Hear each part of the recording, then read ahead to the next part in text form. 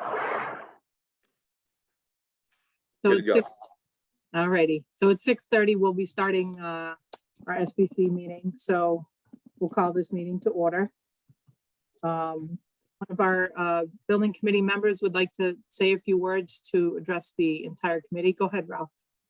Okay, first off, I'd like to apologize to the entire committee for my mishap on Thursday.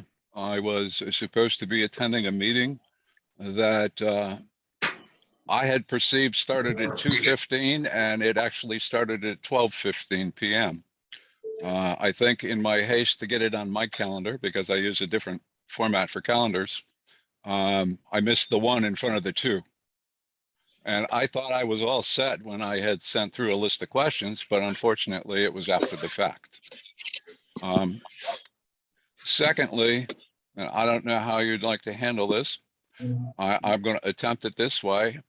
I would like to make a motion to include an item on our agenda that covers a discussion of the options as outlined in the RFP on page 1. We have asked for up to 3 options from our owner's project manager. And I feel it's important that this committee offer our perception of appropriate options. Now, we can certainly, I'm not saying they're etched in stone, but I think that that should be an ongoing agenda item. And I really want to make that a motion to add to the agenda. What is the Motion to is a discuss options? Is that what discussion you're of requesting? available options. In concert, because we will have an owner's project manager on board Yeah. shortly. And I think that we need to remember that the OPM works for us and we should be directing them, at least with respect to the committee's desires. And we have differing opinions amongst the committee members, and I get that, and that's fine. But I think that we need to kick around what options are possible. And the OPM can tell us the practicality of any of those. We do not have a piece of land to consider yet. We have nothing definite on a site if we were to go new. And we have not really discussed with our OPM possibilities for hall. Anyway, that's my motion and the explanation for it. Okay, thank you, Ralph. So there's a motion on the floor. Is there a, so that's a first. Is there a second? Mike, you're seconding? Yes, with a comment, a clarification. Okay, I believe that would probably be appropriately placed on the agenda as perhaps 8B, because it is old business. It's been discussed before. correct. Yeah, I wasn't sure where it should be, but that's fine. Yeah.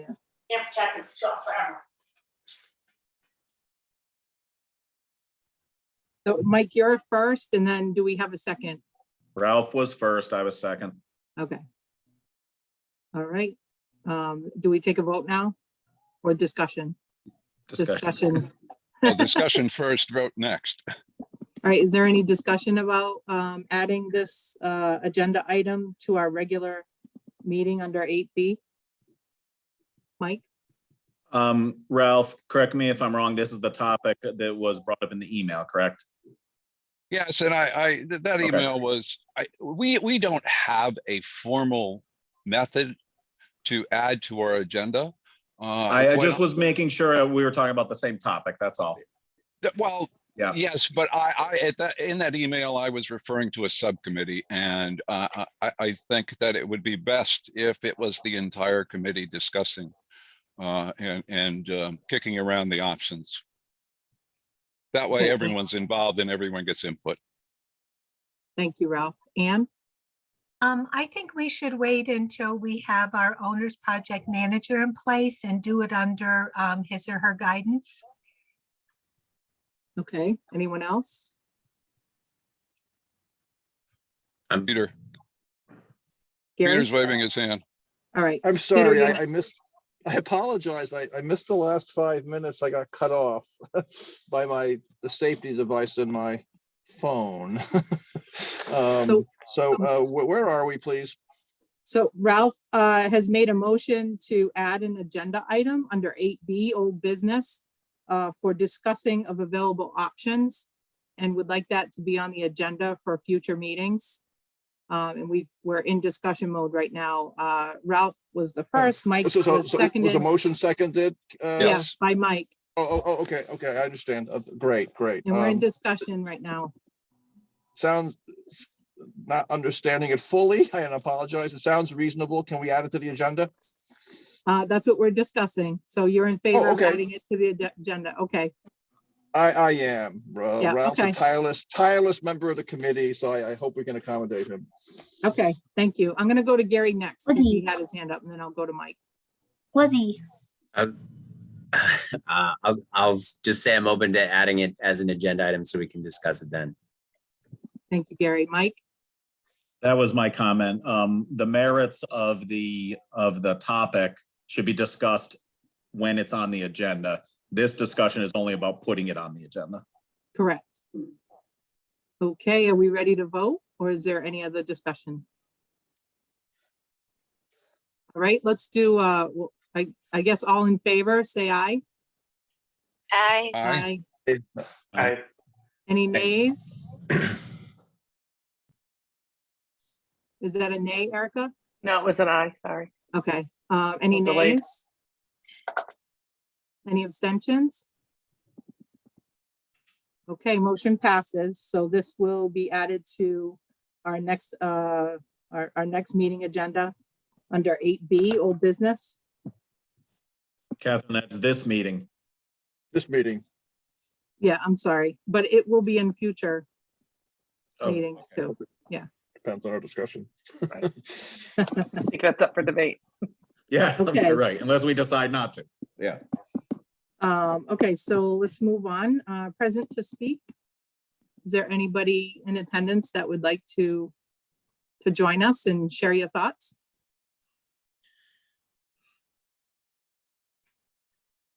There will be an opportunity at the end of the meeting as well. Okay, so let's go to the next item, presentation. This one is our presentation by Dr. Peter Prouda, who conducted our enrollment study. And I think he's on the phone still. Yeah, he's not here yet. Oh, okay, so he hopped off. So we'll skip that and I'll go on to the next item. Mike's got his hand up. Mike? I'd like to, I believe it would be correct to make a point of order question to the chair or comment at this point. Okay.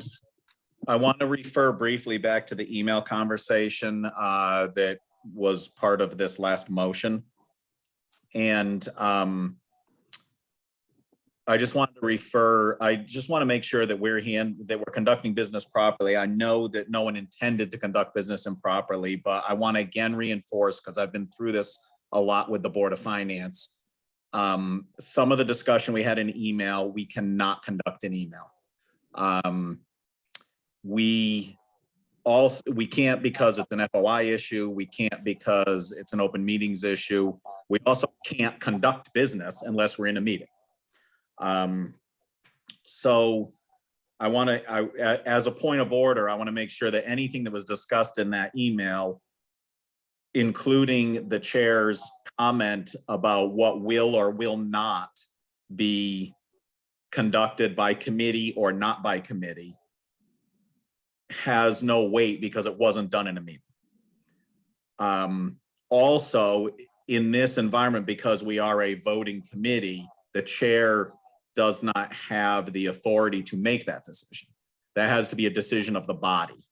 The chair has responsibilities certainly and can make some decisions, but the chair cannot decide how we will conduct business of the committee, and particularly can't decide it in an email. So I want to make sure as a point of order that we understand that discussion is not business conducted. Okay. The business of that discussion has to be handled in this meeting or a meeting. Okay, anything Catherine? else? I'd Um, like, I'd like to apologize for responding to your response in that email exchange.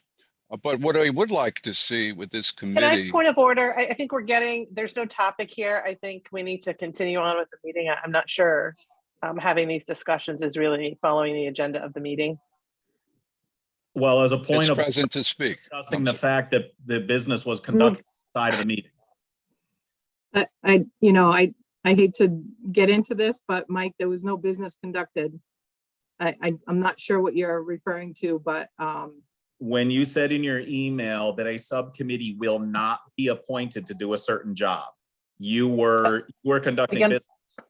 And so my only point is, as a point of order, I want to be clear, we can't do business that way. We have to do that business in the meetings, the publicly advertised and called meetings. That's all my point is. And my follow-up to Mike's point is simply, by what means does a member of this committee have to add an item to the agenda? Well, the way it's handled on the Board of Finance under advisement was that any member of the committee can email and ask to have something added. The chair has some discretion about adding agenda items, but any member can send an email to the entire. Problem is you can't have discussion. Correct. You can't go back and forth.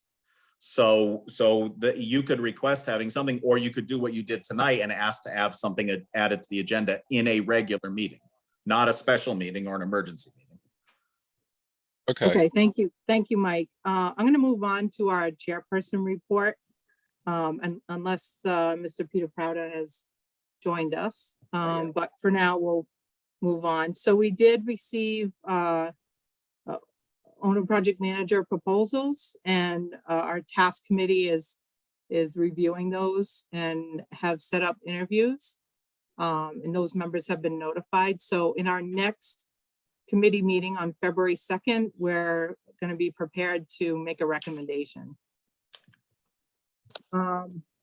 Next item, you guys should have received the attachment for the enrollment study as well. So when we do get Peter back on, he'll be able to go over that review of the enrollment study. I don't think he's on yet. So next item, approving the meeting minutes for the special SBC meeting that happened on December 20th. Is there a motion on the floor to approve these meeting minutes? I'll make a motion to Erica, approve I'll move the minutes approved. second? I'll I'll second. second it. Oh.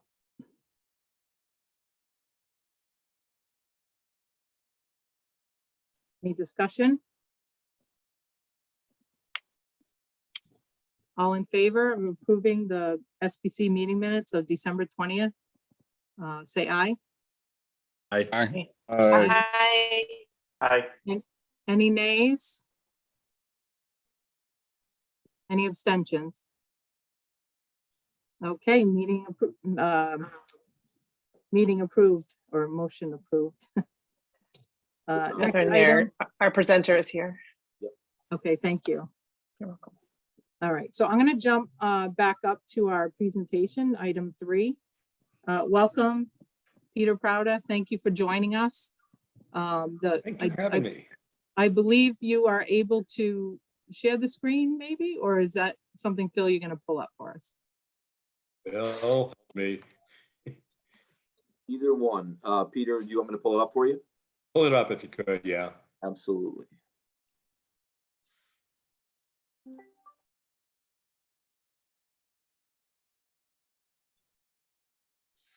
Just get this out of the way, sorry.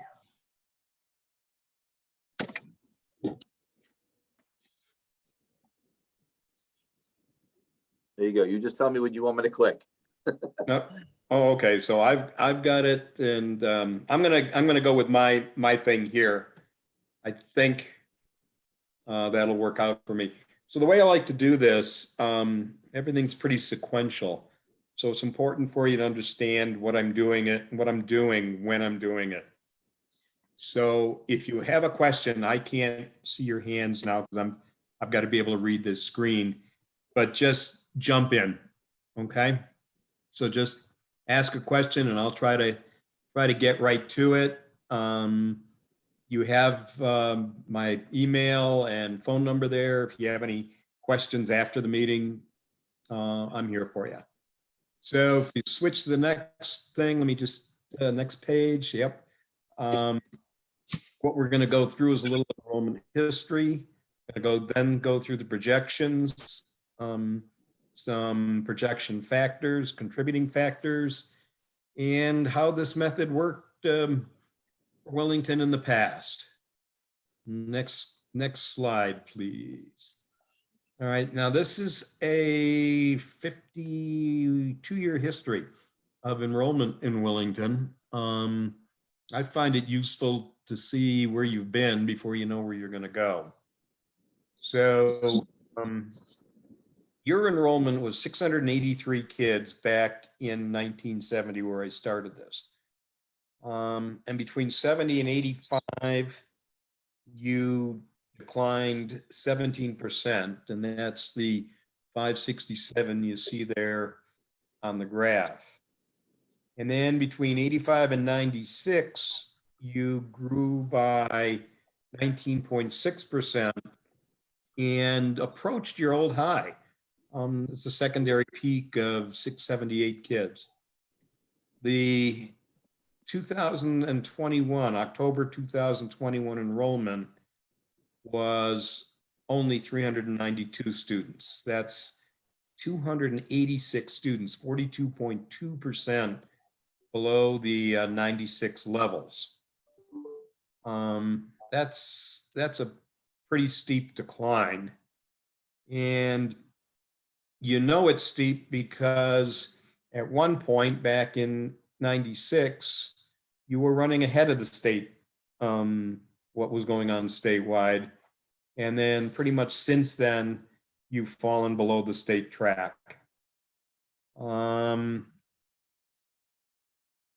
me see, in addition to the 286 students enrolled, you have 5 students attending non-public schools in the state. It's a pretty small number in grades pre-K to 8. 9 students attending magnet schools. Again, they're not a whole lot out around you in grades K to 8. 2 attending public schools in another district, and 13 were homeschooled. I deal with data on one day and one day only, October 1st. Phil and his staff obviously deal with kids every day. So today's enrollment may be a couple of kids different. The key here is consistency, and all my data are based on October 1, which is the official data for the fall state data collection. If we turn to the next slide. All right, the starting point for the projection is the current enrollment by grade. It's going to build off of that. It's going to build from what happens in a history from grade to grade, and how many births you have. What you see here is grade 6 had the most students, 51. It was followed by grade 7 with 48, and with grade 5 with 46.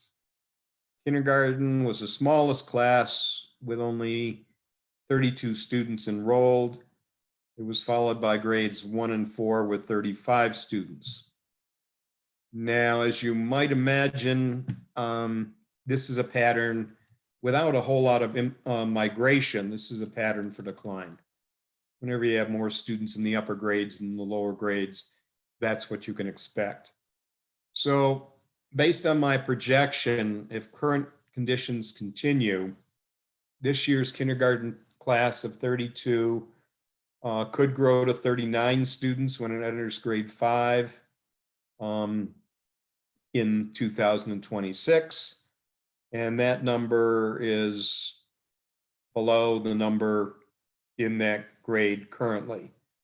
So from looking at this, and we can pretty much anticipate at this point a decline in enrollment.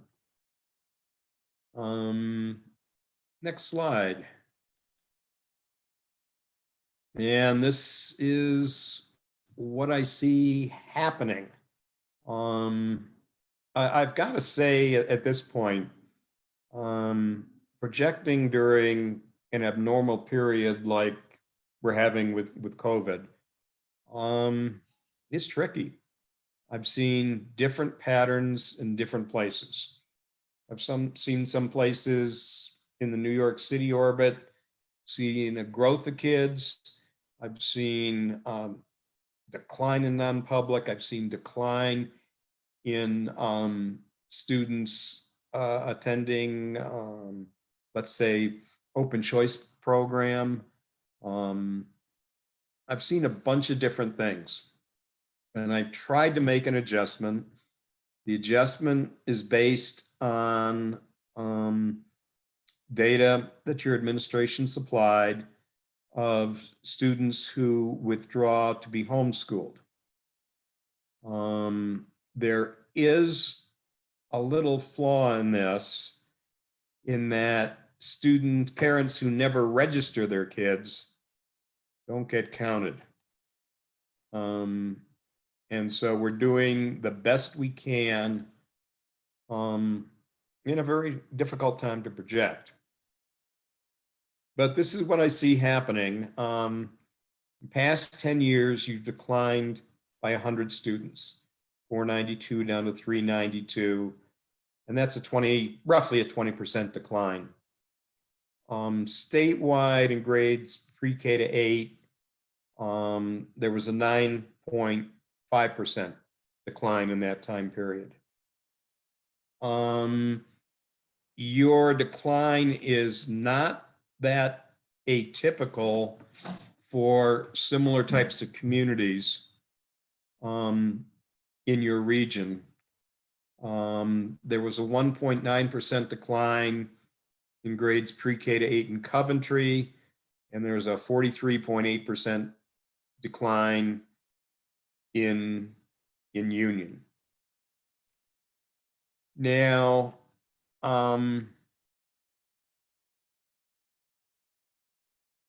what I'm thinking is going to happen next year, and one of my assumptions is that a majority of the homeschool kids return, and they will return in numbers that will take you back roughly to your homeschool count of 2019, which is obviously before the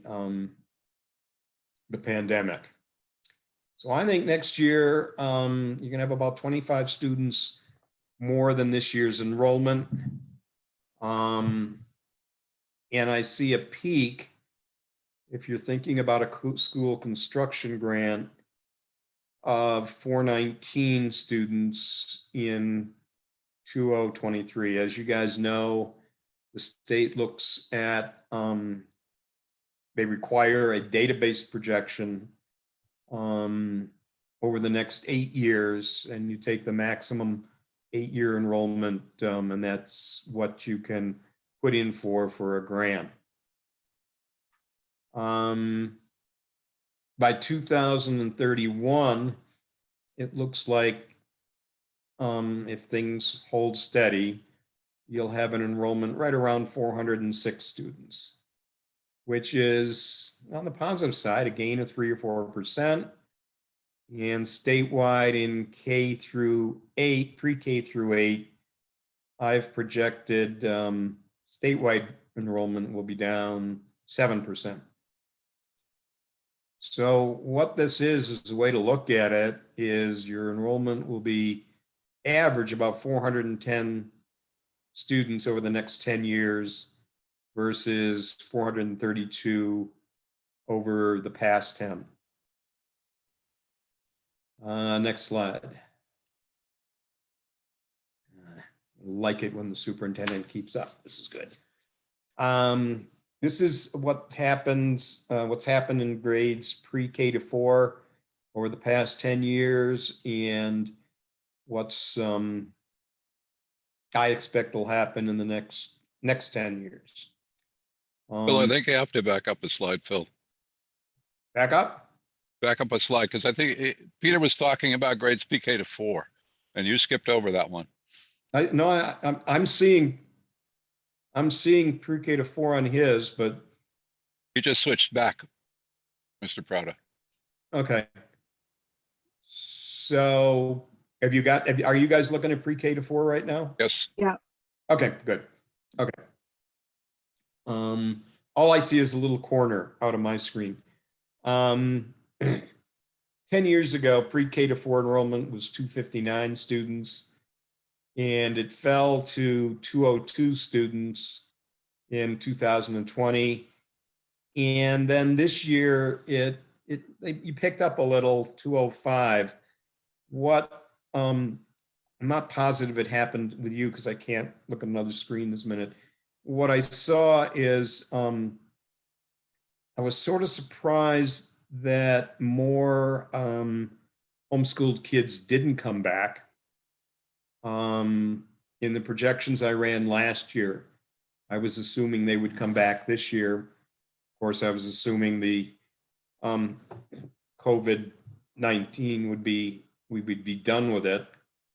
And what I've seen in other places is a lot of the increase was due to restoration of pre-K programs. I might have that a couple lines down here. I'm not sure. So basically, you went from 260 down to somewhere around 200. Now, what I see going forward is, again, if those homeschooled students return, I think your enrollment next year is going to be up about 25 students. And for a school construction grant, very nicely, the peak is within the 8-year period. It's 237 students. Are you guys thinking of going to one school, like a K-8 school, or what are your plans right now?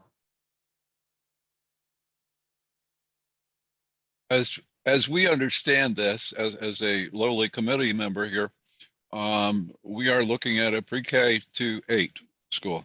Okay, so the total enrollment would be the enrollment you're looking for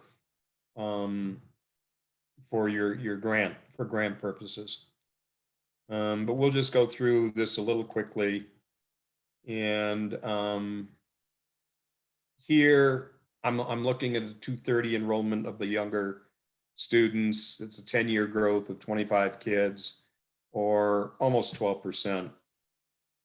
And I mean, that's good. Statewide, I'm projecting a 4.2% decrease in pre-K to 4. However, statewide, I do not have the advantage of knowing the homeschooled kids. That's strictly local. There's no longer a state data collection that has that. So the center school could average 225 students, just slightly below the average of 233 over the past 10 years. You had a pre-K enrollment of 14 students in 2021. I think it's going to be 25 students next year based on what's happened in the past versus births 3 and 4 years ago. And I expect an average of 30 children over the next 10 years. If we can go to the next slide. In your upper grades 5 to 8, declined from 233 students in 2011 to 184 in 2016. Had a 1-year rebound. I have no reason, I don't know why that happened, to 202 in 2017. And then by 2021, you were down to 187 students. That's a 10-year decline of 46 students, or almost 20%. Statewide enrollment in these grades was down 9.2% in that same time. At the Hall Memorial School, I see a peak enrollment of 199 students for a school construction grant in 2024. I see it declining to about 165, 166 students in 2029. And it could be close to 175 students in 2031 at the end of the projection. That's a 10-year loss of only 10 students, 5.3%. So, you know, for my purposes, that's pretty much level. Statewide, I think pre-K or grade 5 to 8 enrollment is going to decline 10.5%. The average enrollment of the school is going to be about 185.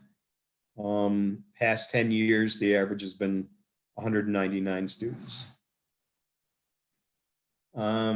Next slide. So now we're starting to get into some of the guts of the projection and why I think it's going to go the way it is.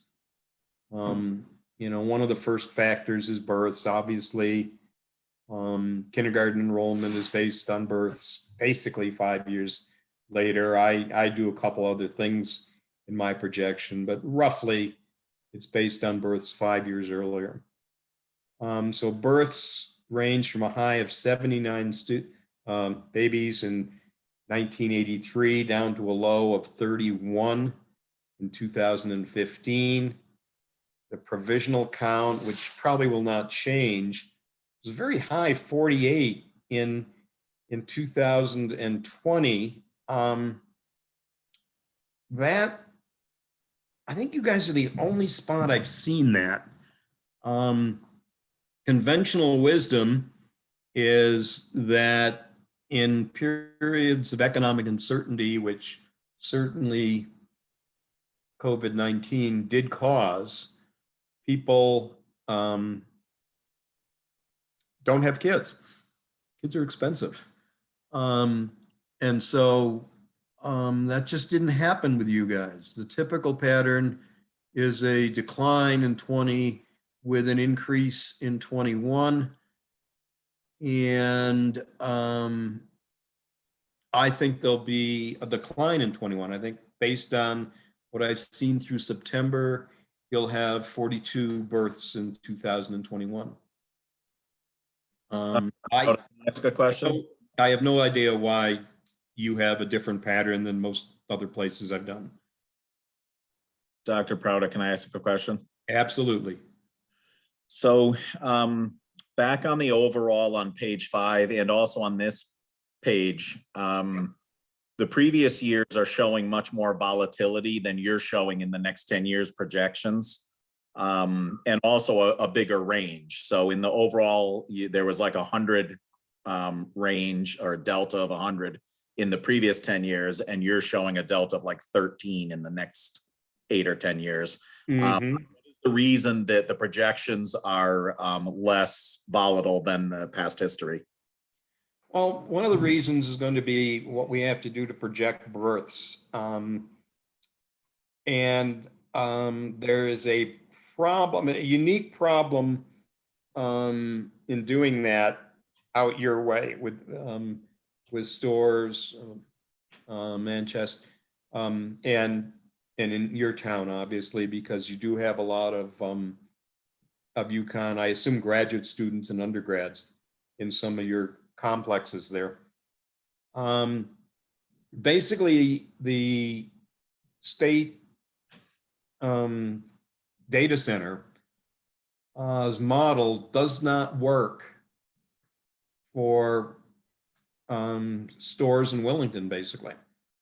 The model they use assumes that people age in place. So that 10 years from now, the population is roughly 10 years older. And what happens in university towns like you are, there's a whole bunch of population that 21 or 22 to 26-year-olds or 20 to 30-year-olds in 10 years are replaced not by 30 to 40-year-olds, but by other 20 to 30-year-olds. So I ignore the projections for the projections I'm doing for you and for your neighboring communities. I just can't use their data. So basically what you see there going forth and why this is obviously going to bring in less volatility is I pretty much used an average of the last 3 years in births to project out. Okay, thank you. Volatility. Very good. Thank you for that. It's a long answer, but you know, some of these things look easy, but there's a lot of stuff in behind it. So if you want to know why you've declined in enrollment in between 2000 and 2009, there was an average of 48 births annually. Now, between 2012 and 16, which is this year, roughly this year's kindergartners through fourth graders, births averaged 40. Births in the 17 through 21 period, which with the exception of October to December of 2021 have already happened, will also likely average 40. So there's not going to be much growth, if any, due to increase or decrease in births. And again, since I'm just using a 3-year average to project out, I'm assuming there's going to be 41 births annually between 22 and 26. So that does level things off. And it's a very good question you asked. I like that. Next slide. Now, this one, there's some volatility in here. And this one looks at birth to kindergarten growth. In my model, some models just use kindergarten enrollment versus births 5 years prior. I looked at, you know, in the course of doing this for 40 years, one of the things you noticed is there's some kids who were retained, and there are some kids whose parents hold them out until they're 6 years old. As you guys know, Connecticut is one of the only states that allows kids 4 years and 9 months to enter kindergarten. So I have a model that's built of 3 components: births 5 years ago, births 6 years ago, and retentions. But what this does is look at the total kindergarten growth versus from a particular birth cohort. So if you look at 2006, that's going to look at the kids who entered at age 5 in 2011, and the kids who entered at age 6 in 2012. It's a little complex, but I find it works. So if you look at this, the low was 80%. So the total yield from the 2007 birth cohort was 80% the size of the 2012, the class of 2012 of kindergarten was only 80% the size of births 5 years prior, 5 and 6 years prior. Now, I don't know why. I don't have the data. My guess is some of this would have to do with contraction and expansion of the university. I imagine if we juxtapose this with graduate student enrollment at UConn, we would find some relationship. I have not done that. If you're, I mean, obviously your enrollment is going to somewhat to be dependent on what happens at UConn. I have not, I don't have any forward-looking things about them talking about increasing class sizes or increasing the graduate school. And I know that the number of graduates statewide and thus available to UConn is going to be going down.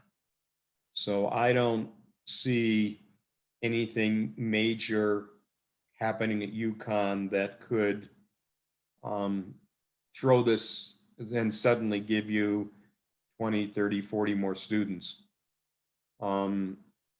If you know something to the contrary, I would appreciate seeing it.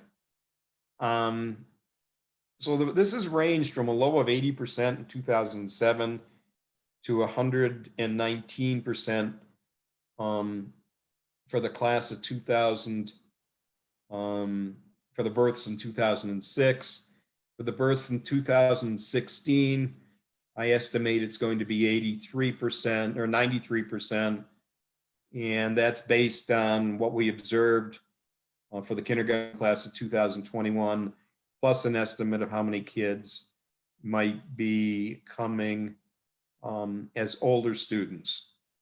One of the things I've noticed in Mansfield, I did a projection for them earlier this year, is very few of the, very few kids were held out by their parents. When they're eligible to go to kindergarten, they do. They don't academically redshirt them. The rates in 2015 and 16 were adjusted for students homeschooled. And so I took into account the fact that in the future, we don't expect many kids to be homeschooled in kindergarten. So they're built into the projection.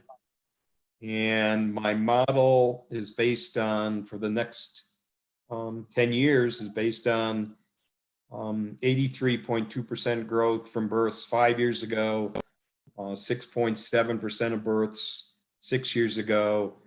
And over the past 5 years, you've got about 1% of the students retained. If you want to take those numbers and juxtapose it on this graph, if you add the 83.2 and the 6.7, you're going to get roughly 90% going forward. So that's the model there. Peter, can I ask a quick question? Absolutely. And maybe you just answered it, but I was just curious why, I mean, we're in 2022, so is there a reason why the births don't go through 2021 at least, and it stops at 16? Well, 16 is the last place I can observe birth to kindergarten growth, because 16, we've seen the 5-year-olds who enter kindergarten in 2000 and this past fall. Most Okay. of them were born in 2016. Next year, you will have maybe 1 or 2 or 3 kids who enter as 6-year-olds. And you might have 1 or 2 kids. Well, we don't, there's a little hole in the model here where there may be some other fewer kids homeschooled. I mean, I can't guess at that. So that's why we stop at 16. These are the births. And then obviously what we know is we know births in 17, 18, 19, 20, and pretty much 21. So what we say is if this pattern that we've observed, 83.2% of births 5 years ago, 6.7% of births 6 years ago, 1% retained, and we could take that out to 2021, and we don't have to worry about a projection based on guesstimates of births. So when you look at the data out to 2026 in the projection, that's based on actual births. So we don't have to, that's just another factor that we don't need to look at up to that point. And we just trust that what we've observed over the past 5 years moves forward. Did I Okay, answer? so basically up to 2016, this is all actual data. So you're saying if we went beyond 2016, it would actually be estimates. Well, 2016 is, well, all right. So you have not estimates of births, but we know the number of births, obviously in 2016, 17, 18, 19, 20. And I think I'll be within 1 or 2 of 21. So we have that component. We obviously don't know when these kids, how many are going to come to school. Right. Or whether how many of these parents will choose something else. Right. I mean, they can choose to go to a local magnet school. They can go to a non-public school. Doesn't happen very, very often. Maybe there are fewer graduate students at UConn. Maybe they're not hiring as many. And so the number of births go down. There's a whole bunch of factors just crammed into that graph right there. Thank you. Everybody else okay? Looks like Ann has a question. Ann, Okay, unmute. go ahead. I'm thinking about the past couple years with COVID and with immigration. I think both of those, closing borders and all, may have, I don't know how large an effect, but an effect with our number of graduate students being able to come to the United States from other countries for those 2 reasons, COVID and immigration. I see you guys have pulled together a very good committee. Very good point. I have not been privy to UConn enrollment changes. When I put these together, I use these, I suggest to the recipients that this is a baseline. And if you know something else that's going on out there that I don't, then you can make adjustments, or you can have me make adjustments. If you know the number, if the number of graduate students from out of the country is known, and I take it you do get kids, they do bring in kids to the school system. Is that known? Phil, you have a lot of kids. Say yes. In the Yes. past. Did you notice any change in enrollment for non-residents of the US this past couple of years? If it is, it's probably small. But we didn't notice much, no. Okay, so there's 2 sources to look at. One would be if you can look at your enrollments for the past few years, the number of students, if you can get this, I don't even know if you can get it, who are not native born. And the other would be data from UConn for the past 5 years about the number of graduate students who are from overseas. Those would be 2 very interesting things. And I would suggest as a committee, you look at that, because that could increase increase the numbers. Yes. And you want that because that'll give you greater reimbursement. That translates into dollars. Okay. Great question. Next slide. So this slide looks at what happens of the history of grade to grade enrollment over the past 10 years. And so what I'm doing is looking at, let's just give an example, is last year's second grade enrollment versus this year's third grade enrollment. And what happens is obviously kids continue. Kids can leave the school system, choosing another school system, which is very unlikely in your area, or parents move in or move out. And that's what this number is. Now, one of the things that is true with projections is projections are individual for each community.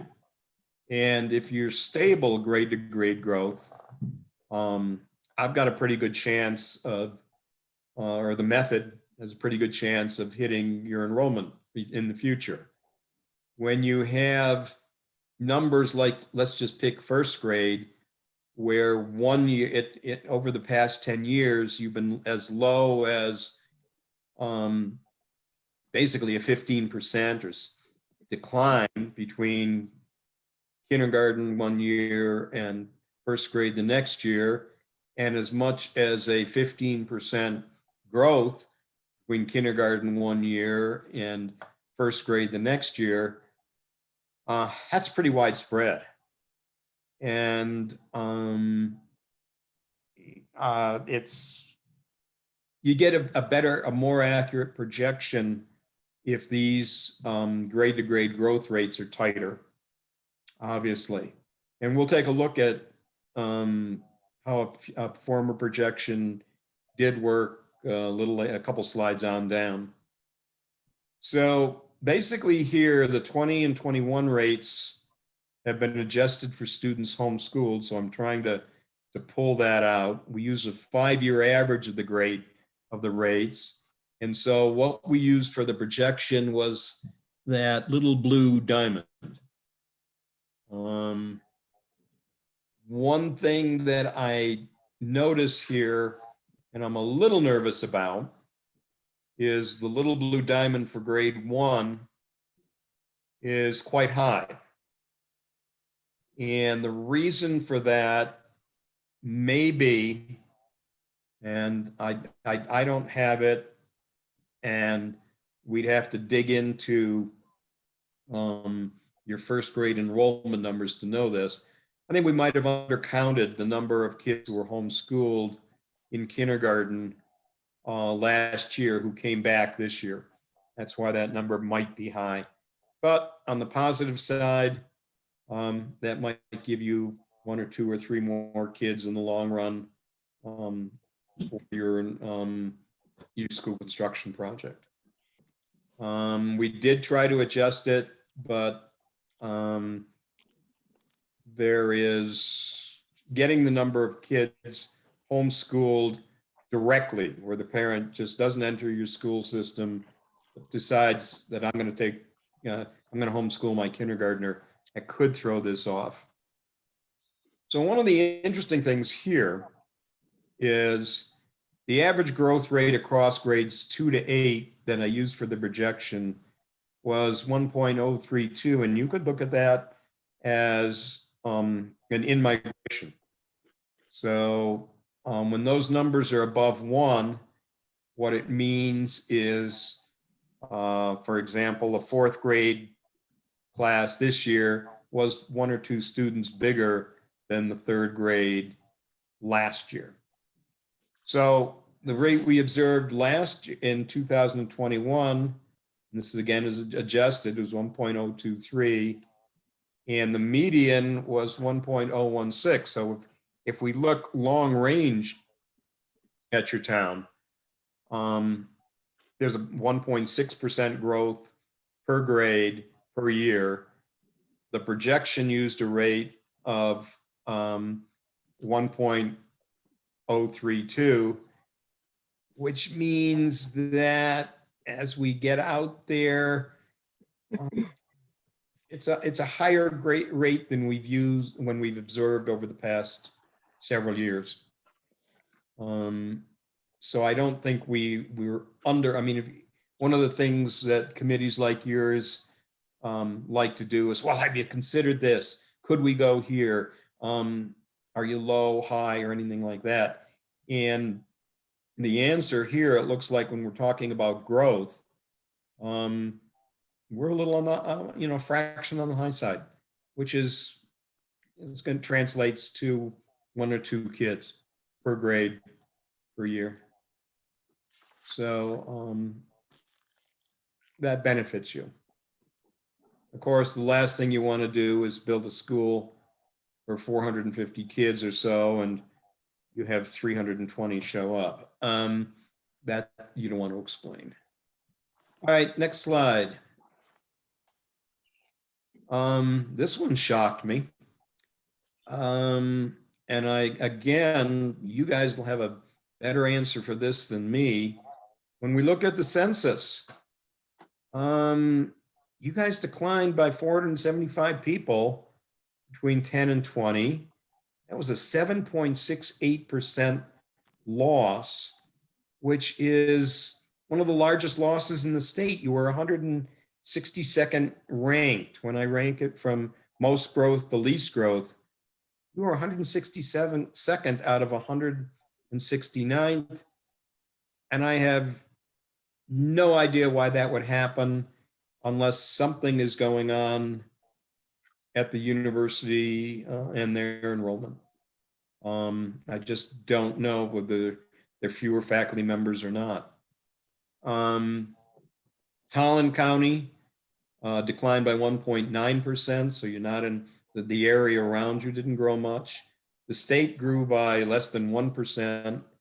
In similar communities, which is something I pulled together a year ago, state, which is District Reference Group E, that group of communities declined by 2.4. So compared to your community, similar communities, and the county, you guys had a greater loss, and I can't tell you why. Maybe you guys have some thoughts on that as to what's going on. You guys, Peter, I think, Yeah. Peter, I think one thought that may contribute might be the fact that they're, in 2020, that, they did a lot of online learning at UConn. So I know that residents weren't coming back to the university in full capacity. So, I mean, that could be a contributor, just something to consider. Catherine, I know there was concern that when the census was done, it was right around the time that UConn shut down and our students went back to their and so they weren't counted there. More permanent homes. So we can only assume that they weren't counted here.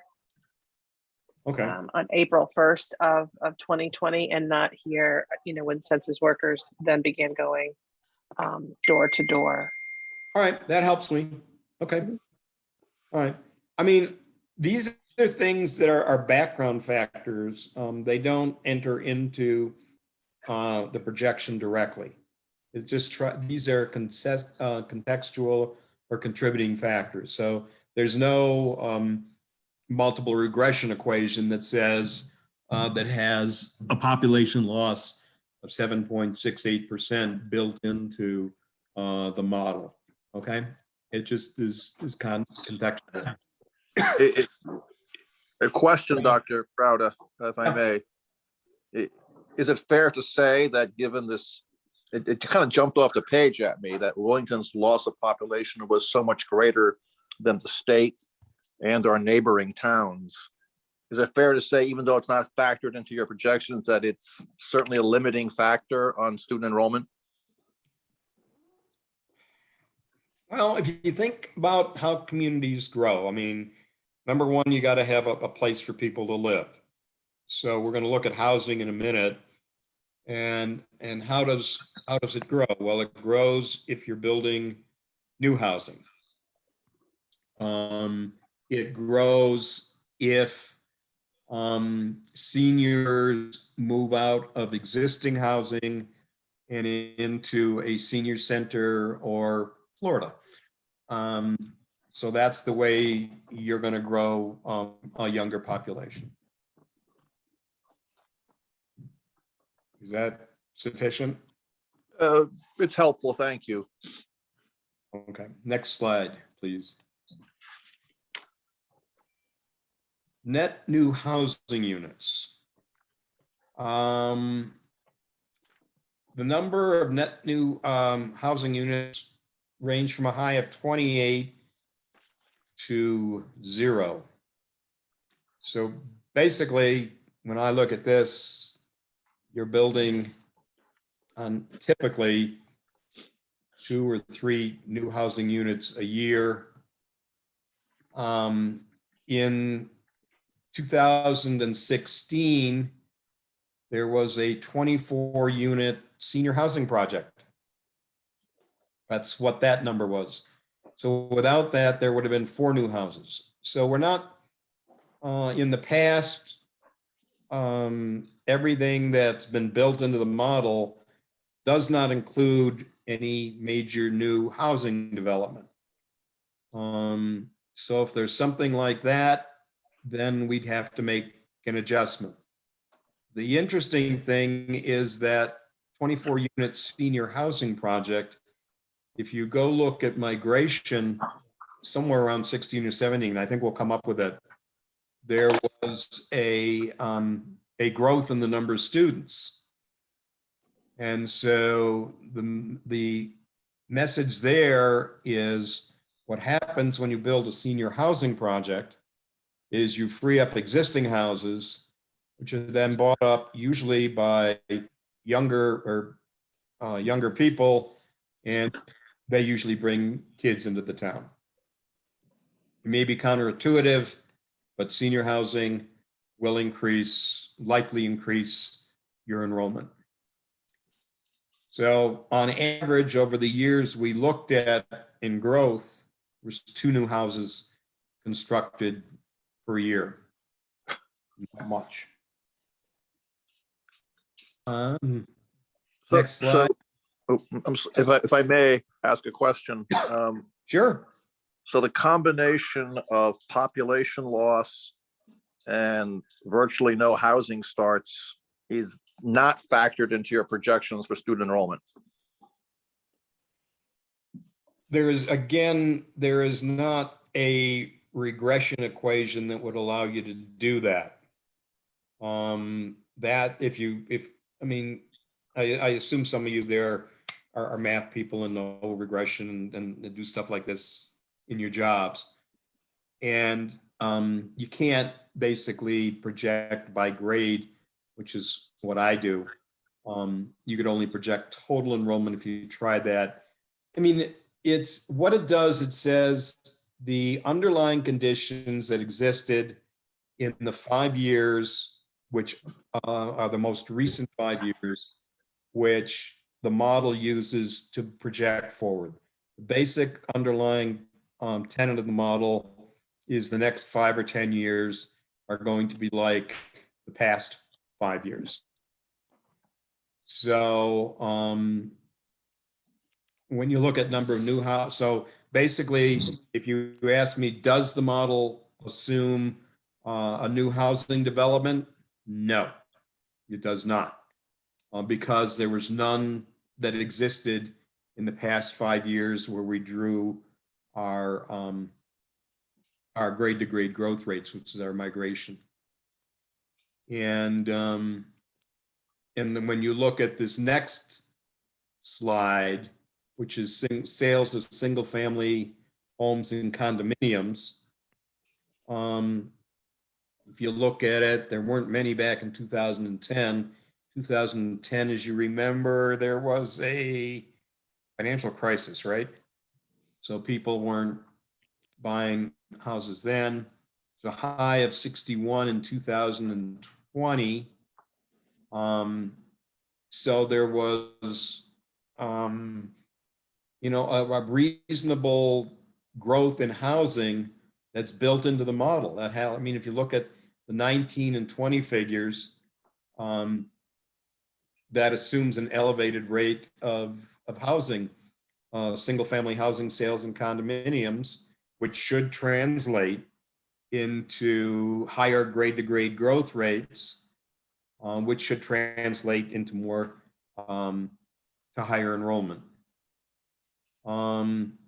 Based on sales through October, I think there'll be the number of sales in 2021 will be 52. And in the 17 through 21 period, there was an average of 49 sales. So basically, in order for my model, for this model, it's not my model to work, we're assuming there's going to be 49 sales of new existing single family homes or condominiums in your community. And, I don't know of any way of projecting that number going forward. I mean, obviously, someone could have a model like that. I do not. Next slide, please. This one's sort of interesting because one of the assumptions with COVID, one of the initial assumptions I had was that non-public enrollment might grow because parents were might seek smaller class sizes. This sort of shoots that to hell. This is what you see for non-public enrollment in grades pre-K to 8. There were 18 students back in 2011. In 2020, it was down to 3. In 2021, it was back up to 7. The 10-year change was 11 students or 61%. This is a small fraction of your total enrollment. It's only 1.7% of your enrollment in 21, and it was 3.5% in 10 years ago. You also lose some students to magnet and other public schools. I'm not sure what goes on with other public schools. So I think some of that may be looking for a special ed placement where they have a program that would fit the type of disability one of your students has. I'm not sure of that. Magnet, the count of magnet and not other public schools rose from 2 in 2011 to 11 in 2021. So those are kids who at one point might have come to you, but now have other choices.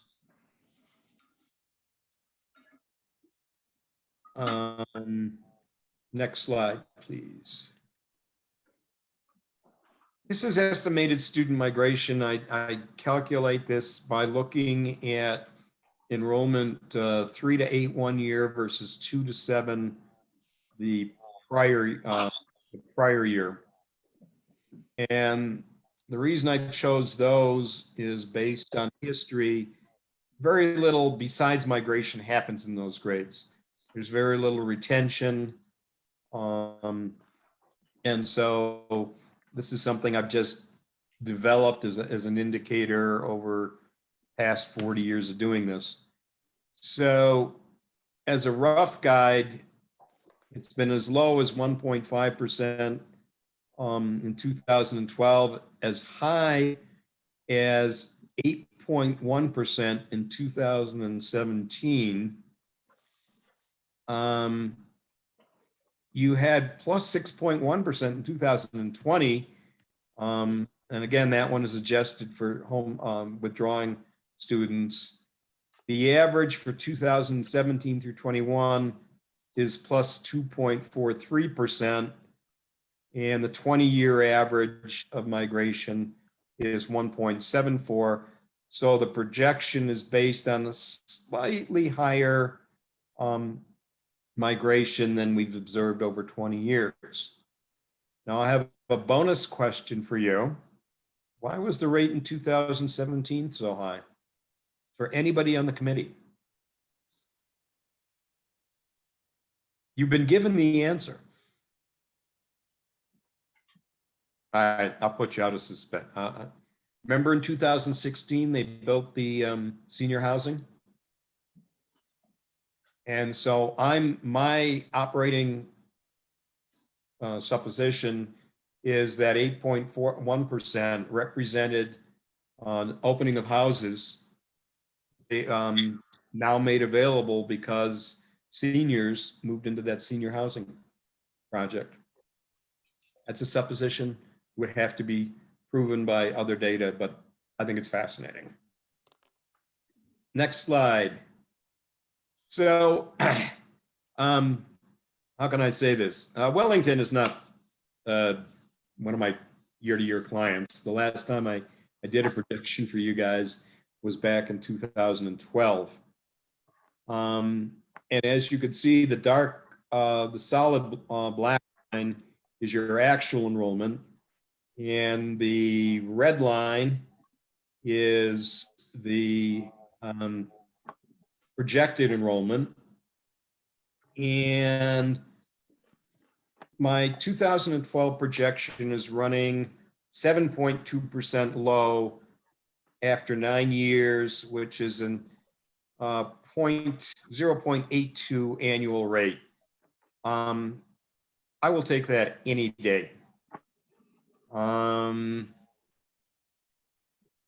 K through 4 enrollment back in 2012, I projected it would be 198 students. The actual in 2021 was 2005. Now that probably, I think here in this case, I'm taking advantage of COVID in this comparison. I apologize. It probably actually without COVID probably would have been closer to the 220. And so I was 7 off from projected. My projection was low by 3.4% or 0.4% per year. In grades 5 through 8, I projected there'd be 148 students in 2021. The actual was 187. And this is a bit unusual. I was off by 39 students. I was low by 21% or 2.6% per year. I have no idea why. I mean, I'd have to go back into that 2012 projection. Usually the older numbers are more stable. The line with the small black dots is where my current projection fits in. The solid part of that line going out 2026 represents projected with actual births, and the 2027 through 31 is the projection area based on estimated births. So basically, I'm saying when you look at it this way, there's not going to be much change from once we get that jump from 21 to 22, which I'm is homeschool kids coming back. That's where I think we'll be. Obviously, if you know who these kids are, your data, since they've withdrawn from your system, the record should have a phone number, probably a cell phone, and you could probably find out whether my assumption is right or not by calling them. And if you find a great number coming back, if you wanted to go through and do this, again, as long as the projection is based on actual data, we can adjust it. So that's basically the end of the presentation. This is where I take questions if you have them.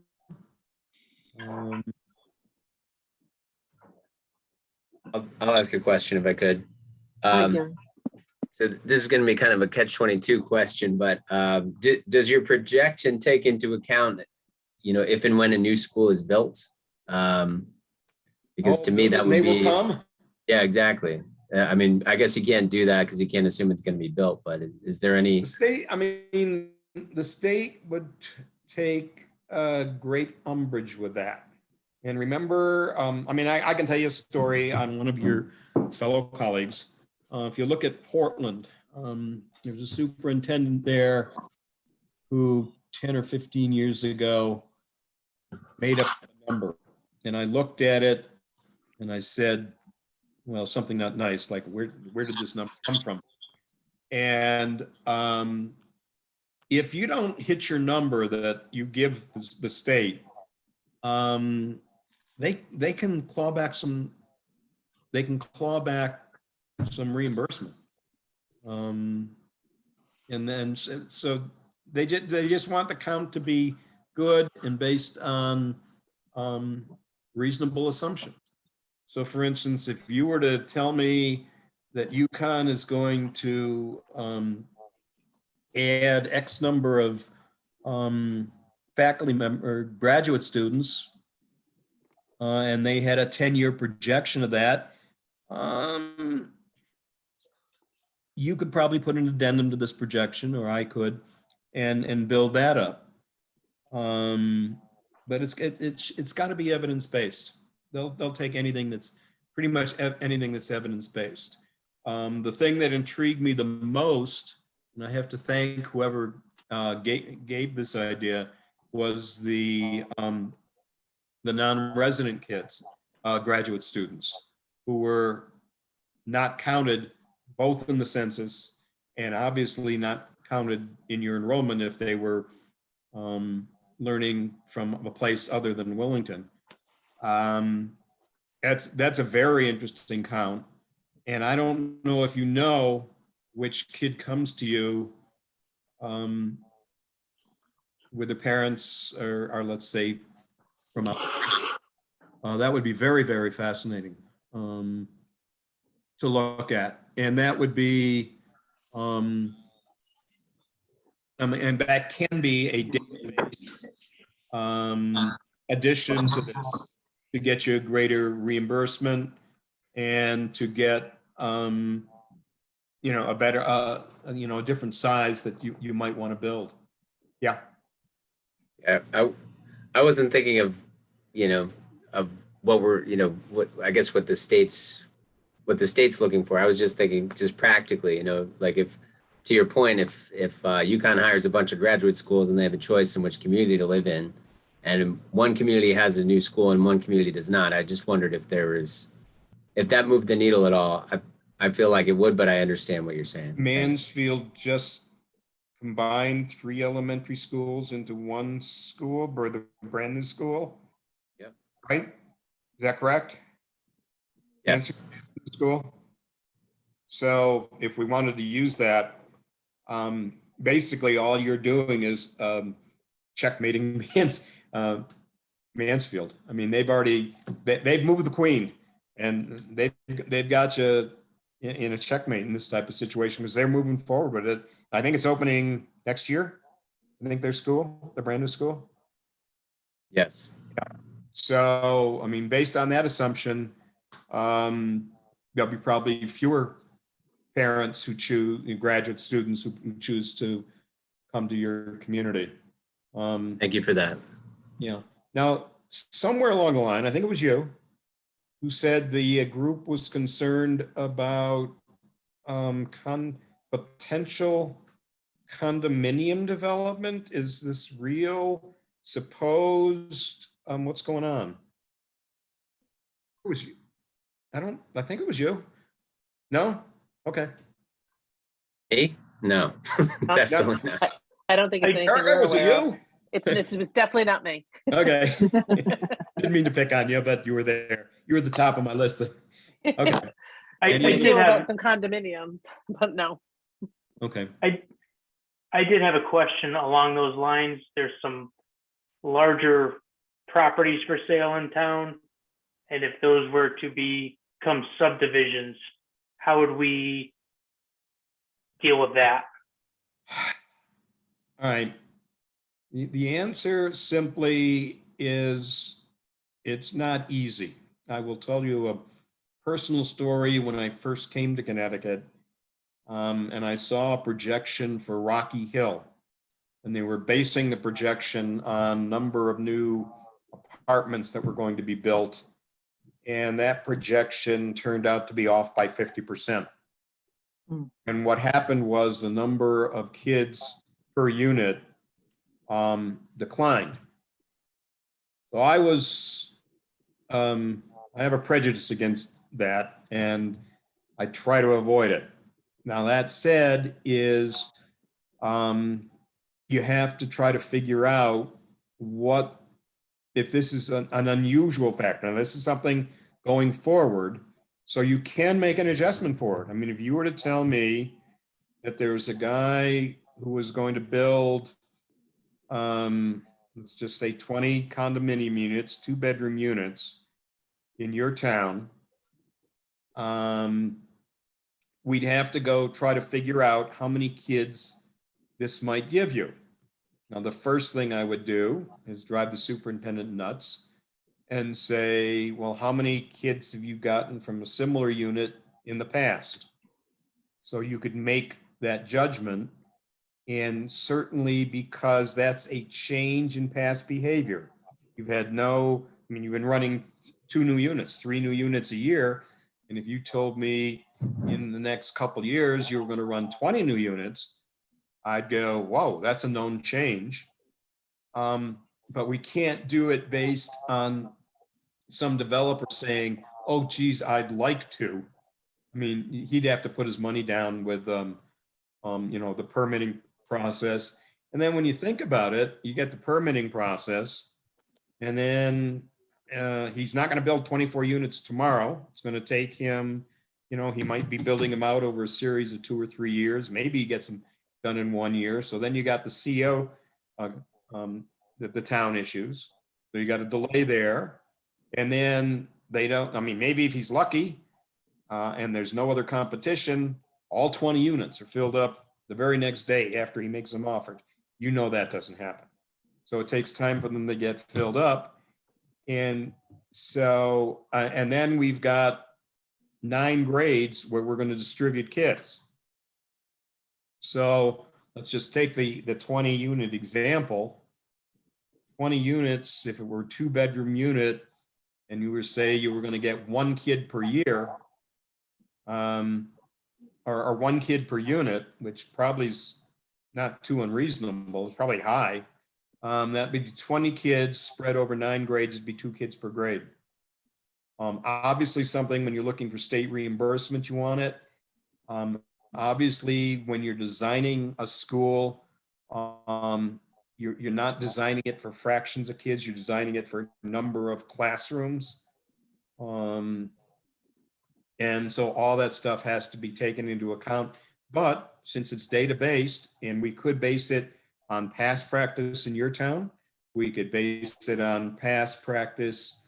I would have no problem doing it in Mansfield, and some other community that's like yours, if there's been a development like that. I mean, I can tell you in Simsbury, they just built a very big, pretty fancy condominium complex with 2 kids, and we saw the enrollment at Latimer Lane School really go up, and we're going to be putting an addition on that school, I think. So condominiums used to not give us kids. There's been a change in people's choices about housing, and so condominiums now do give us kids, but it's not as many as you think it's. I mean, it doesn't practically change a whole lot. The one good thing it can do is change, how much money you get reimbursed. Thank you, Peter. I just wanted to touch base here. I know we're going to lose a couple people from the committee that have to hop off. So I just wanted to check in and see if there were any other committee members that had questions for Peter. He's certainly given us a lot of information tonight, and I thank you for the presentation and going into the level of detail that you have, because I know I certainly you. learned something new tonight, Good. and I'm sure the rest of us have too. So if we have any other, Peter or Ralph or Brianna, if you guys have any questions. Erica? I'd like to add a comment that Justin brought up about parcels for sale. I think a conversation with Mike D'Amato, our zoning agent, might give us some hint as to the desired use of some of those parcels. But quite realistically, when you're talking a parcel of over 100 acres in a town like Willington, with our topography and proximity to an interstate highway, the likely development is not going to be a subdivision. I just my observations over my involvement with Okay. planning and zoning over the decades. Okay. Yeah, and that can also, if the land assessment committee wants to take a look and dig into that further or have a further discussion, we can certainly do that too. It's a good point, Ralph. Well, one of the things you can do, and this is a no-cost option to you, is have your planning and zoning commission mandate that a developer develop an impact statement, not only environmental impact, which they're going to do, sewer impact, water impact, but enrollment impact.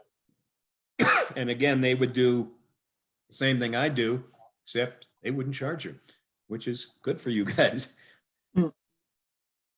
And they would look at other developments in other communities, and they would look at similar developments in your communities, and that's how they'd make their judgment.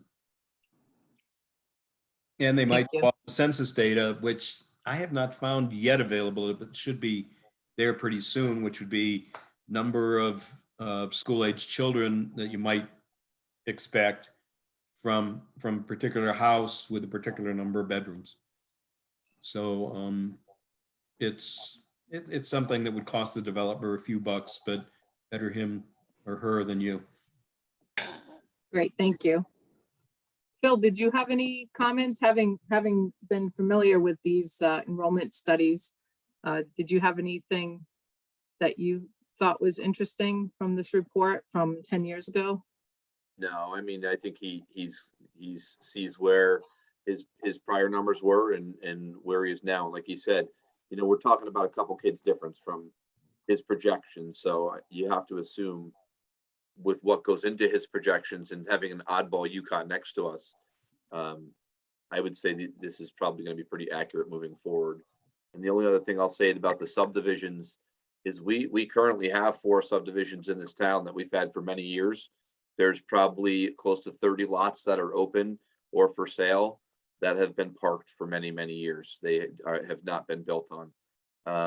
And the other comment about the condos, we have 7 apartment complexes in this town approximately, and we only pull about 13 kids from apartment complexes. So the majority of our students are in single family houses, and that's, I think what he targeted. That's good for the committee to know and you guys to know in terms of your planning. I mean, a lot of times the data are there. You just have to figure out how to get it. So that's good. Thank you. Peter, is that your hand? Yes. That's my hand. Thank you, Okay, go Catherine. ahead. Just a question for Dr. Proud, if I may. Yep. We're seeing nationally that they're anticipating post-COVID that both homeschooling that's not COVID related and school choice is increasing. Do we see that coming in Connecticut, and could that be a factor for us? Let's see, we means you and me. I don't.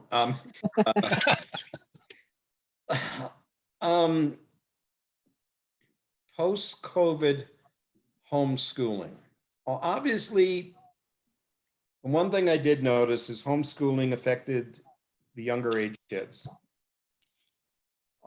It's going to be dependent on what type of community you have, what type of jobs both parents have, and who's available to do it. The economy from nationwide and in Connecticut is pretty much bounced back. So I don't see one parent pulling back from that to educate their, spend the time to educate their kids. It's not easy. Lord, I don't know how you do it. So I mean, I guess I don't see that happening. And as far as choice goes, you guys are basically out of the Hartford orbit. And so the State Department of Education is just not looking to mandate anything out your way. The only thing I know that's going on is a potential technical high school to be built in land in Mansfield, right? Right. Going to that's an interesting thing about trying to figure out Wyndham's enrollments and what might happen there. And would a school in Mansfield attract more kids from the suburbs than the school in Wyndham? Again, you've got the new school concept there. There was one magnet school that opened up in Wyndham, I believe, a few years ago. I forget the name of it now. That's the only one that's open up out your way, isn't it? I mean, It's It's the a Wyndham STEM school. many. in 2019, right? What's that? It's the Wyndham Academy was built in 2019. Their current enrollment is 554 students, K through 8. And we also have the Charles Barrow That's the one I was thinking of. Yeah. STEM school. I'm not sure when that one was built. I was trying to look it up. That one's a little older. It's a few years older. Road. I will tell you that over 50% of our kids that went homeschooled because of COVID have already returned. And the majority of the reasoning was because of vaccination status. And then it's interesting, in the last few years, we've had several families move into town that their children were already attending magnet schools or school choice schools, and they've decided to stay there. So we have kids that are living in town that have never been here.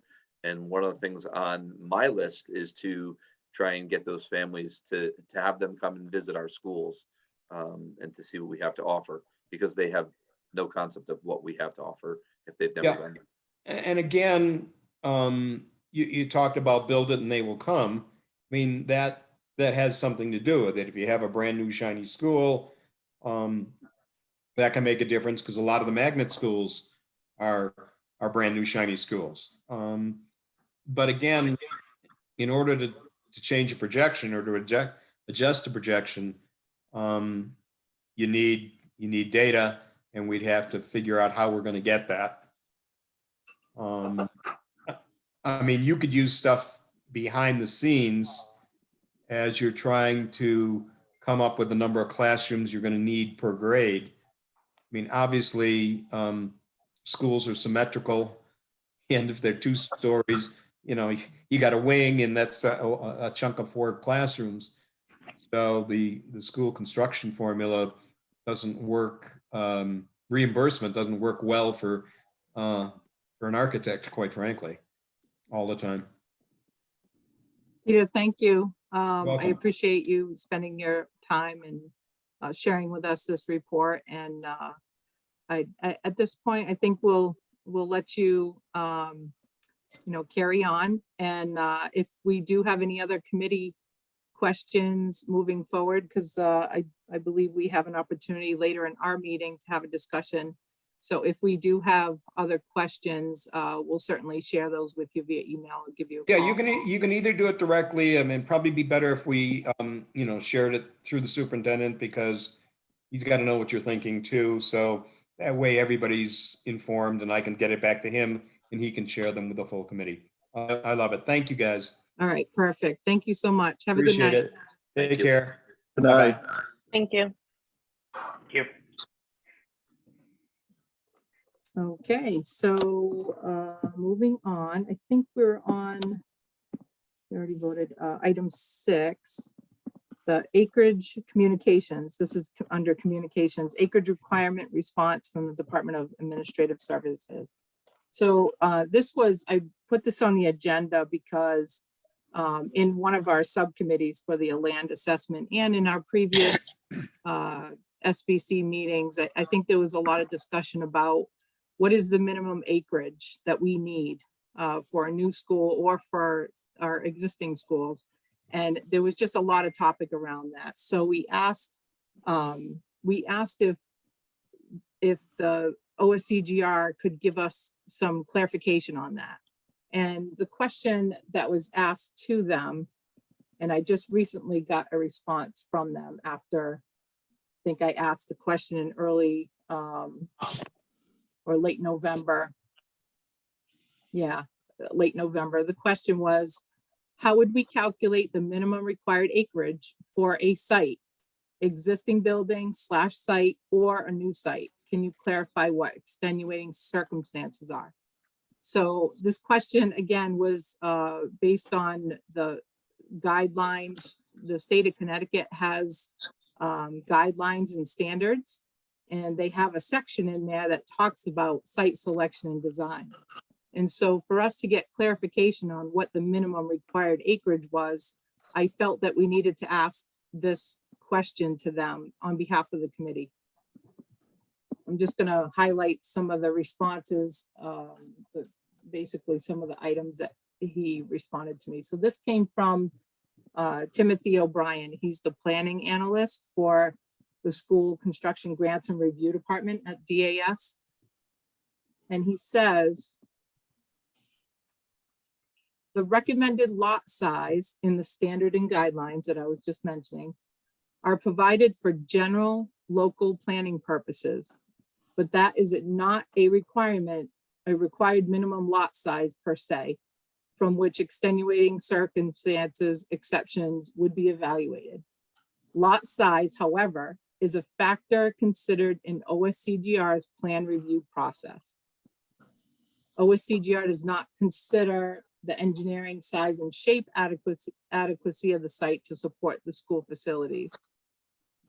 And then he goes on to further talk about the state regulations do provide for the maximum amount of acreage for which the state will reimburse. And so that's what his response is based on, is the reimbursement. And then he goes on to say the number of acres equal to the highest projected enrollment for the 8-year period from the date of application divided by 100 plus 10 additional acres of the project is an elementary school, or 15 additional acres if the project is a middle school, or 20 additional acres if the project is a secondary school. And then the last paragraph, this is where I think we had previous discussions in our committee around where did this 19 acres come from? So he says, in the case of a school of mixed level, we would generally use the highest level of students to determine eligible reimbursement, because that's what this is about, eligible reimbursement. As an example, if the project you were noting involved reimbursement for property acquisition, the maximum acreage for which there could be a reimbursement would appear to be 19 acres. And then he went through the calculation, 400 students divided by 100 equals 4, and then plus the 15 equals 19. So essentially, I think when the conversation first came up about the 19 acres and the calculation, it was tossed around as being a minimum. But this, based on what I'm reading in this response, it's more of a maximum of what they would reimburse us.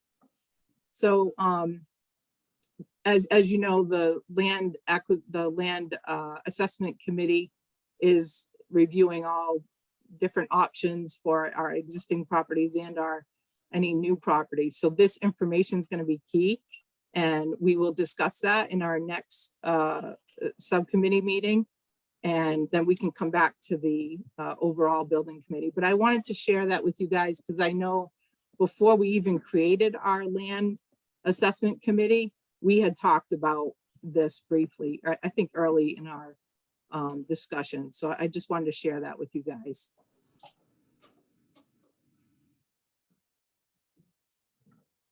So our next item is our subcommittee reports. So we currently have 3 subcommittees, the Land Assessment Committee and the Communications Committee and the Finance Committee that I believe we voted in our last meeting or the meeting before. I think it was the meeting before. And so I gotten a request from Ralph to add these 3 subheaders, which will be in our future meetings. But for tonight, why don't we see if there's any update on any of those subcommittees? Mike? I have a very brief report for the Land Assessment Subcommittee because we haven't met between the holidays, COVID, and everything else. There just hasn't been a good time for me to get a meeting going. I have in the background been making the list of updating the list of all the town-owned pieces of property so that we could start with our assessments there to use our assessment tool. The good news is with this updated information from the state, I had not yet drawn a line at 19 acres and said anything less, you know, might not qualify. I just hadn't done that part of the sorting yet. So we can, with this updated information, we can take another look at that when the subcommittee meets. That's it. Okay, thank you. And then the Communications Subcommittee, is there any update? No, there is not. And Phil, anything? No, okay. I mean, maybe in the new year, I know there's a Willington wire. So maybe in our next Willington wire, does that get published in the spring? Is that? I believe everyone should have had, there's one coming out now and everyone should have, or whoever received the request last time would have received the request again this time. So I don't know that we had anything new to include. Yeah, maybe once, you know, once we get an OPM on board and we've had a little bit of traction, we can offer an update to, you know. I think tonight's report might be interesting too, if you combine that with the OPM, you know, a brief summary of that. And so we can look forward to the next edition. Okay. The both documents, his presentation and the report on the website.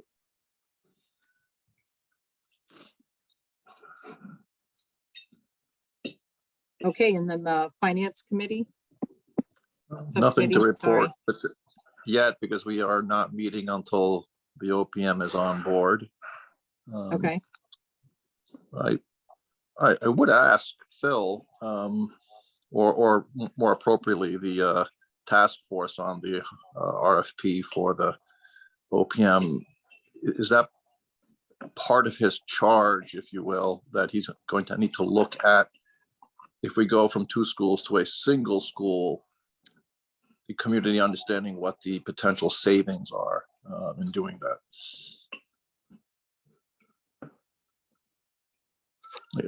I'm assuming that's something they would look at, but I just throwing it out there as in your discussions and questions with the candidates, is that something that's come up?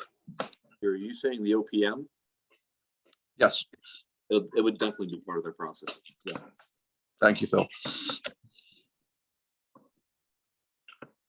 Okay, thank you, Peter. So next item is item 8, old business. Yeah, Enrollment. Anne's got a Ann, question. sorry, go ahead, Ann. Sorry about that. Oh, you need to unmute, hon. One more more time. question related to the hiring committee. Will just the hiring committee be involved in the interviews? We had set aside a couple dates. Or would Yes. that be the committee, just the subcommittee? Correct. And Okay, those thank you. are, as I mentioned, that those are scheduled for Thursday.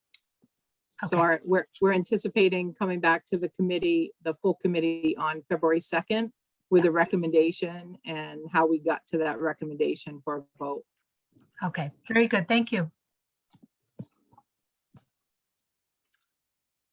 Okay, old business, enrollment projections discussion.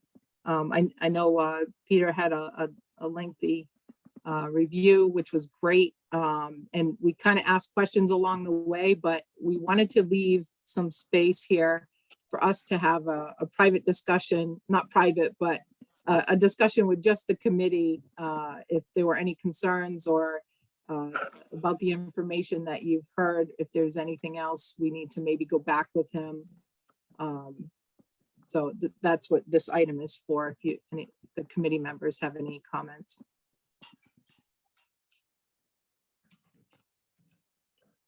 Good. Catherine? Yep. I just want to comment that I was very impressed with the report. I think we've Phil did a great job bringing this consultant to us. I'd like to digest more of it. And I'm wondering if we can just keep this on our agenda so we can talk about it as a group, because there's a lot here to discuss in terms of what we do moving forward. Yeah, I believe you can also bring it up as new business, Peter, if it is something that anybody has a concern in future meetings. So that's an option too. Great. Okay, if there's no discussion, we'll jump down to new business. Let me know if anybody's got their hand up. Let's see. We added item B of old business. Oh, yes, thank you for the reminder. And that was for discussion of available options. So Ralph, do you want me to turn it over to you? Well, I could certainly speak to this. I'm looking at our RFP, item 10 under pre-referendum phase. Identify options including renovation or new construction on existing or new sites with conceptual macro schedules for each option and estimated cost for discussion. No more than 3 options will be identified for future development. Okay. I think it's incumbent upon this committee to meet our charge of determining which options we would like an OPM to invest their time in analyzing. Certainly the townspeople, the taxpayers, and those in the education community all have their preferences as to what we should do. And I think that everyone needs to be satisfied in some fashion as far as options that are considered. I would like to see an option that precludes a total renovate as new of Hall School, but rather a partial renovation plus addition plus a reconfiguration to make it work for pre-K through 8, and excise the 1922 building from any consideration for use directly as a school. I think that's one option that should be considered. A new school on a new site, great. That's a easier option to tackle, but we don't have a parcel of land for them to evaluate yet, and site development costs are going to be a big chunk of whatever site we settle on. And I think knowing, or at least having a very good idea of the type of site that we're going to be dealing with is going to help the OPM to work up a cost estimate for us. And I'm open for any discussion beyond that, but I think that it's appropriate that we lead or at least nudge the OPM in a direction that satisfies the charge of this committee, and not just let the consultant do all the work and make recommendations to us. I think we lead the parade here, not the consultant.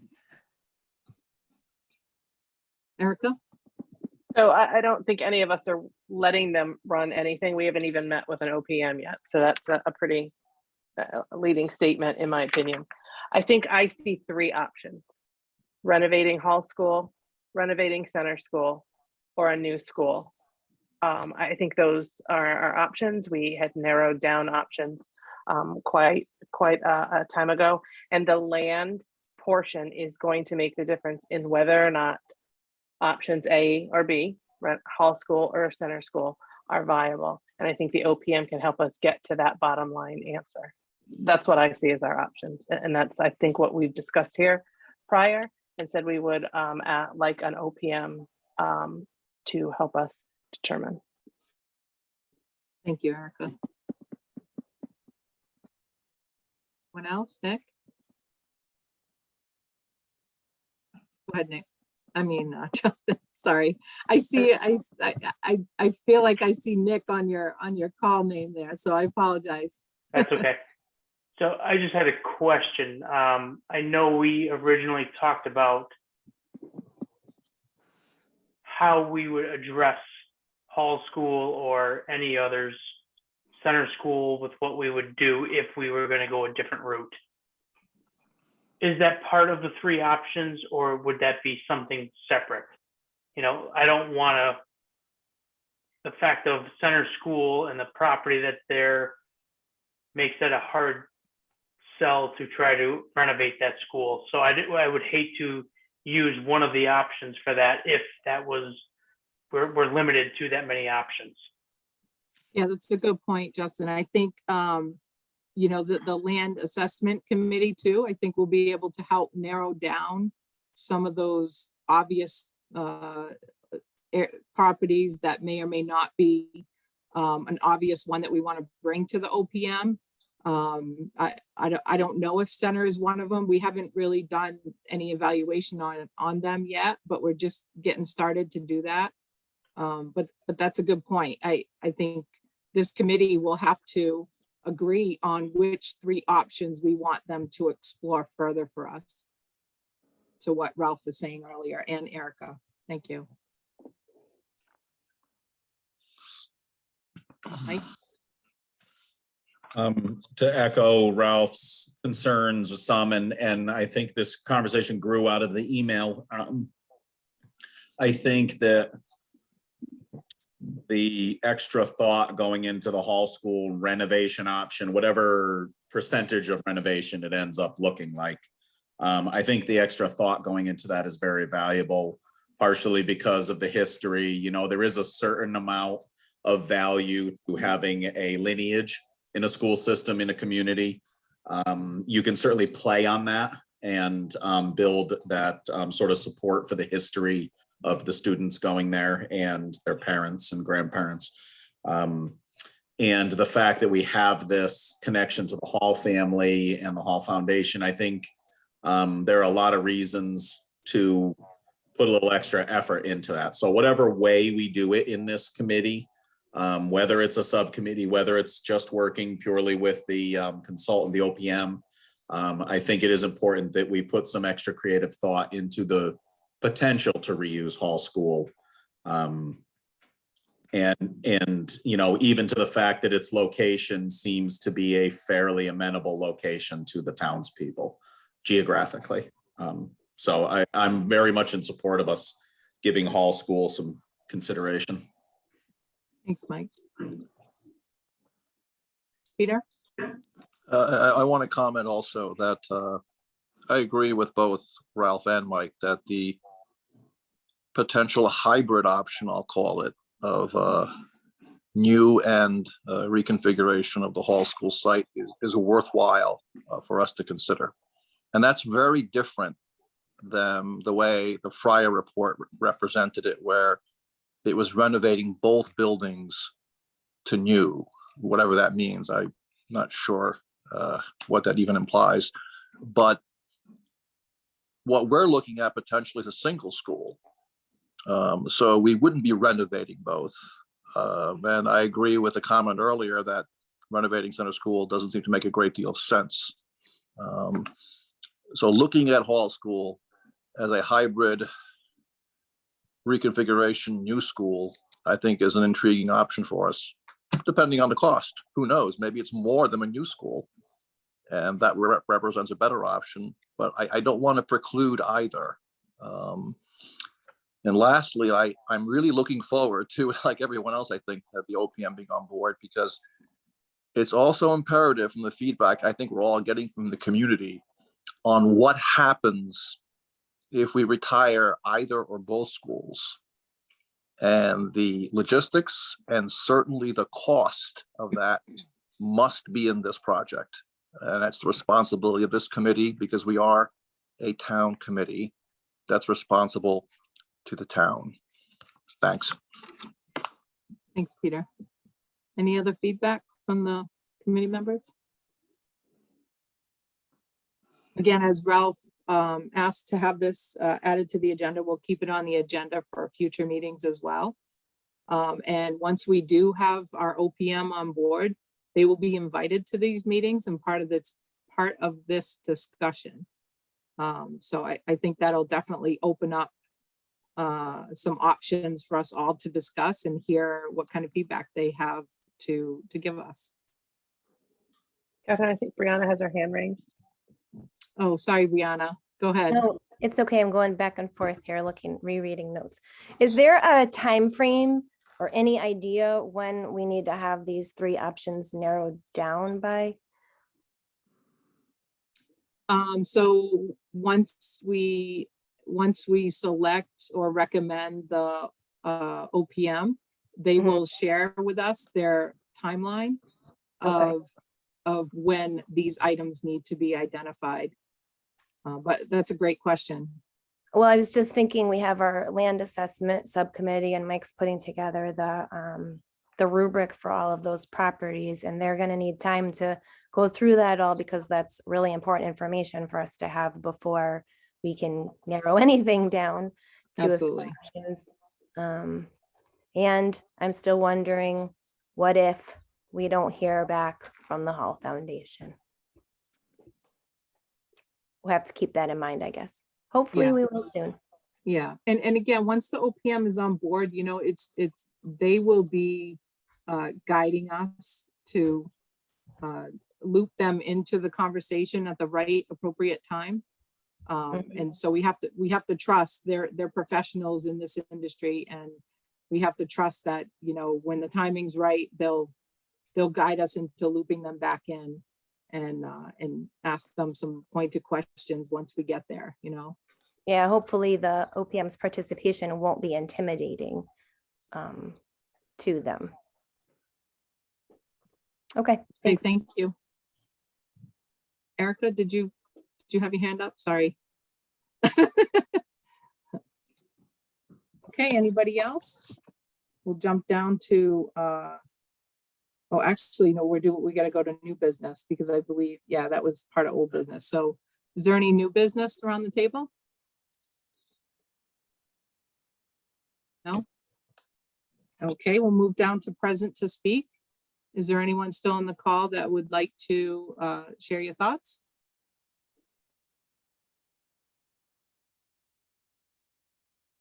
Hey, Matt. Hi.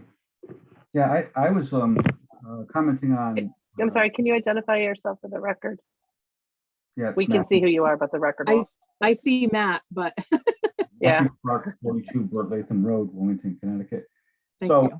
I was curious. I don't quite understand how Dr. Prouder got his numbers, to tell you the truth. We're losing population. That was in the graphs. And we're losing enrollment. That was, you went over that. They're both down, but our enrollment projection is about steady.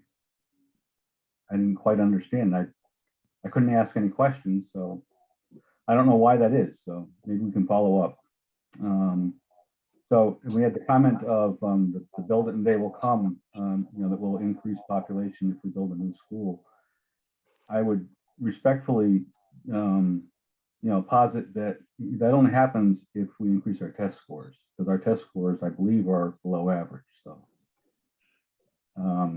if we have a higher than average test scores and we have a new school, that could possibly add to our census. So that'd be good. That's the only comments I had on tonight's meeting. Thank you. All right, thanks, Matt. Anybody else, public present to speak? Sorry. Can I add a comment under present to speak, Catherine? Sure, Erica, go ahead. I know we've mentioned a couple of times on here that Mrs. Castles wasn't able to attend as she had an ill relative she was taking care of. So I did want to share with this committee that her brother passed away a couple of weeks ago. And it was just recently reported. I saw the obituary in the paper, so I certainly want to extend our sympathies to both Alice and the rest of the Hall family on the passing of Clyde Hall. Thank you, Erica.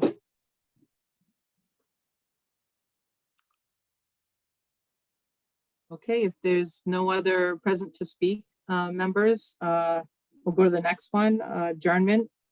So is there a motion on the table to adjourn this meeting? So So moved. moved. I'll So second. moved. All right, so Mike first, Erica second, and our next meeting will be February 2nd. And have a great few weeks, you guys. Good night, Catherine. Thank Good you. Good night. In Thank favor, you. aye. Hi. Bye. Yeah, bye. Bye. Oh, my God.